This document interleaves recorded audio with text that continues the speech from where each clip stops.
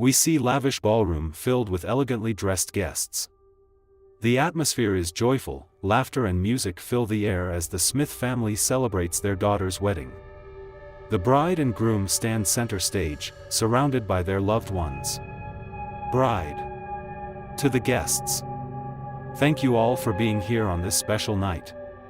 A sinister-looking chef, mid-40s, sneers as he stirs a dark concoction in a bowl. He glances at the clock, then mutters to himself. Chef. Tonight, they'll remember this wedding for all the wrong reasons. The dessert course is served, and guests eagerly dig into the rich chocolate cake. Initially, they smile and rave about the taste, but unease begins to settle in. Guest 1. Making a face. This cake, something's off. Other guests echo their discomfort as a murmur spreads through the crowd. Guest 2. Touching their throat. I feel strange. Suddenly, a guest collapses, clutching their stomach. Chaos erupts as others follow suit, panic sweeping the ballroom. Bride. Looking around. What's happening? The groom, oblivious, spins her around, his eyes slowly glazing over. Groom. Smiling wide. Just a little cake, my love. Guests stagger out of their seats, clutching their stomachs. Some scream as they see shadowy figures emerging from the walls, hallucinations gripping their minds. Guest 3. Screaming. It's coming for me. The atmosphere grows heavy with dread. The bride and groom dance mechanically, oblivious to the chaos around them.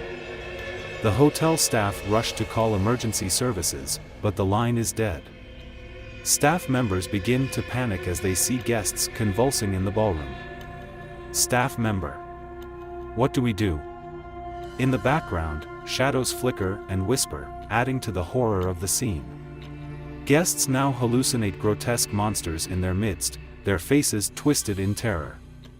Some claw at their eyes as they scream. Guest 4. Shouting. Get them away from me. The bride and groom finally break free from their trance, horror dawning on their faces as they realize what's happening. Bride. Frightened. We need to get out of here. But as they attempt to escape, the groom's eyes turn completely black. Groom. Voice distorted. We can't leave now. He grasps her hand, pulling her back into the chaos. The couple stumbles out of the ballroom, their skin turning gray, decay setting in as they walk hand in hand, grinning grotesquely at the horror they leave behind. The room is in shambles. Bodies lie sprawled, and the lavish decorations are torn and strewn about. The chocolate cake remains untouched, a symbol of the night's horror. Detectives sift through evidence from the wedding. A serious-looking detective examines a sample from the cake. Detective. Gravely. This isn't just a bad batch. It's laced with a toxic substance. The hotel stands desolate, marked off with police tape. The haunting whispers of guests echo through the empty halls. Detective, VO. It's a cover-up. There's more to this hotel than meets the eye. The camera slowly pans down a dark corridor where a flickering light reveals the chef, now a shadowy figure, watching the destruction with a satisfied smirk. Chef. To himself. Let them eat cake. Fade out. The hotel is permanently closed, an eerie silence surrounding it. Locals gather, sharing tales of the cursed wedding and the sweet poison. Local 1. They say if you listen closely, you can still hear their screams. Beware of the sweetest poison. Sarah, a woman in her late 20s, walking into the catch of the day. The restaurant is dimly lit and eerily quiet, with only a few scattered patrons. Thunder rumbles outside, and rain patters against the windows. Sarah. To herself.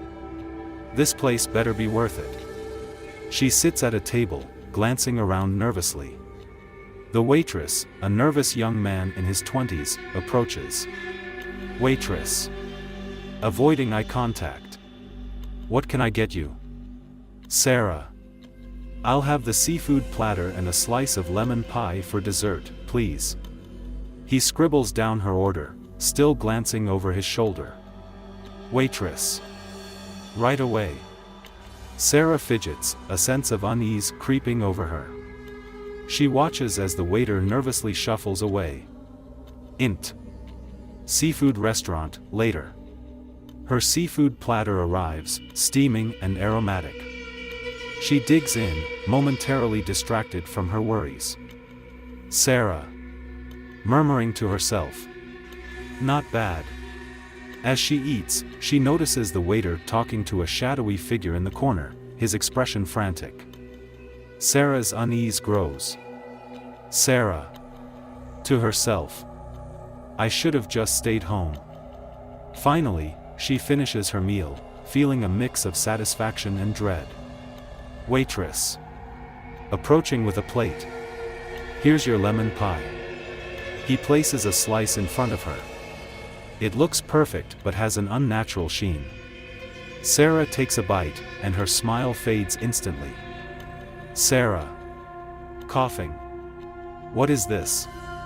The pie is bitter and acidic, burning her mouth.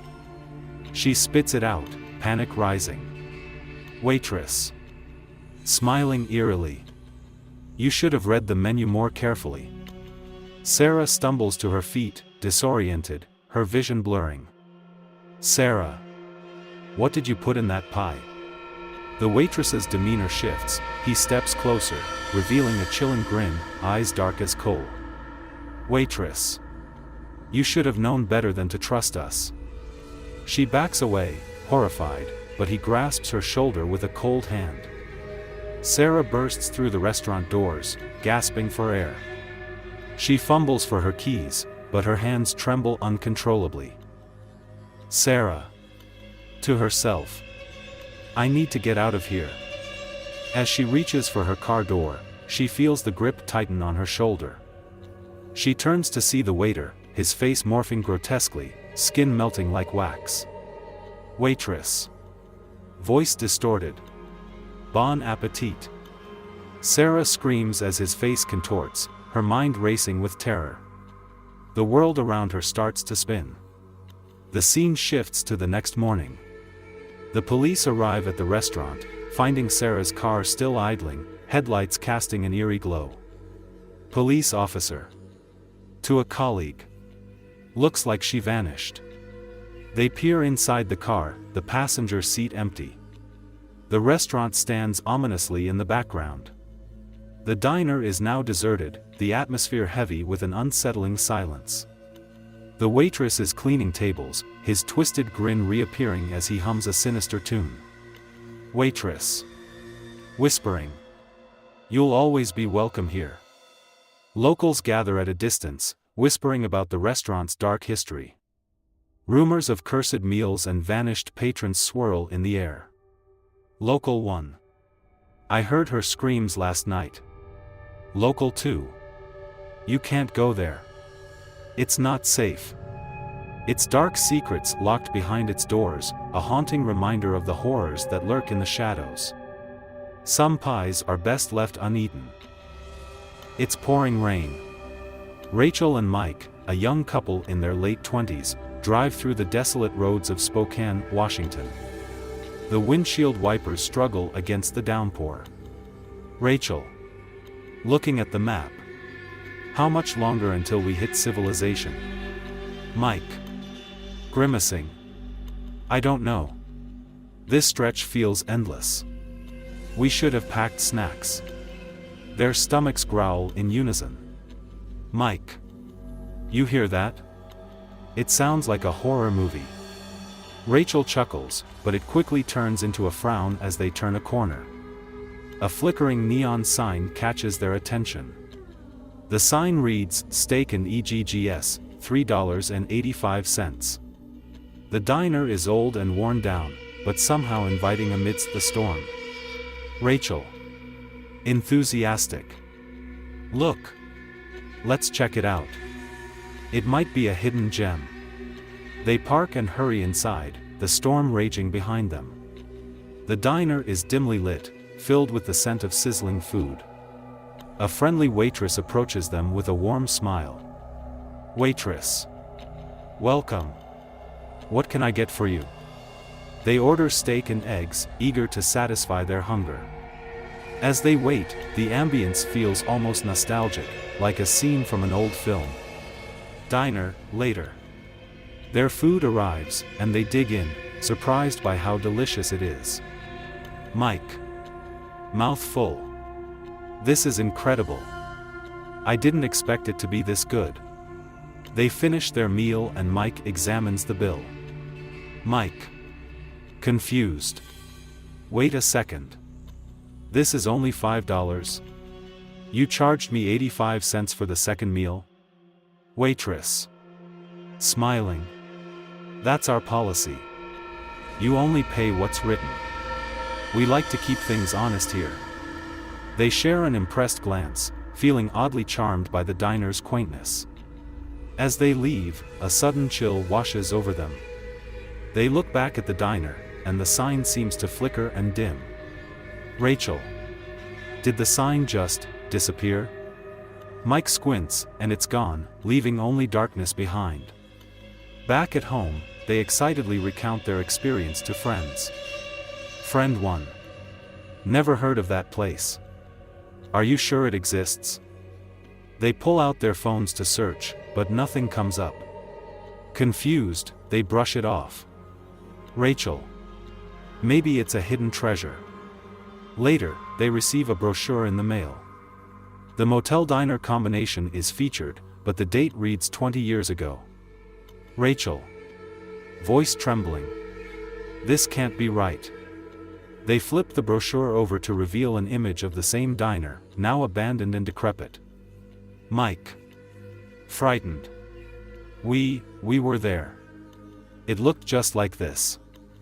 The atmosphere thickens as they exchange worried glances. They hear a noise, a faint whisper echoing from the shadows. Rachel. Whispering. Did you hear that? The lights flicker, and a cold breeze sweeps through the room. They stand frozen, the weight of realization crashing down on them. Mike. Voice shaking. We didn't just eat at a diner, we visited a ghost. They exchange terrified looks, the feeling of being watched intensifying. Rachel. We need to get out of here. As they move toward the door, they catch a glimpse of the brochure again. On the back, a note reads, "Thank you for visiting. You'll always be welcome." The diner, in its prime, filled with happy patrons, before fading into darkness, revealing the haunting truth. Some diners never close. Some meals are never meant to be eaten.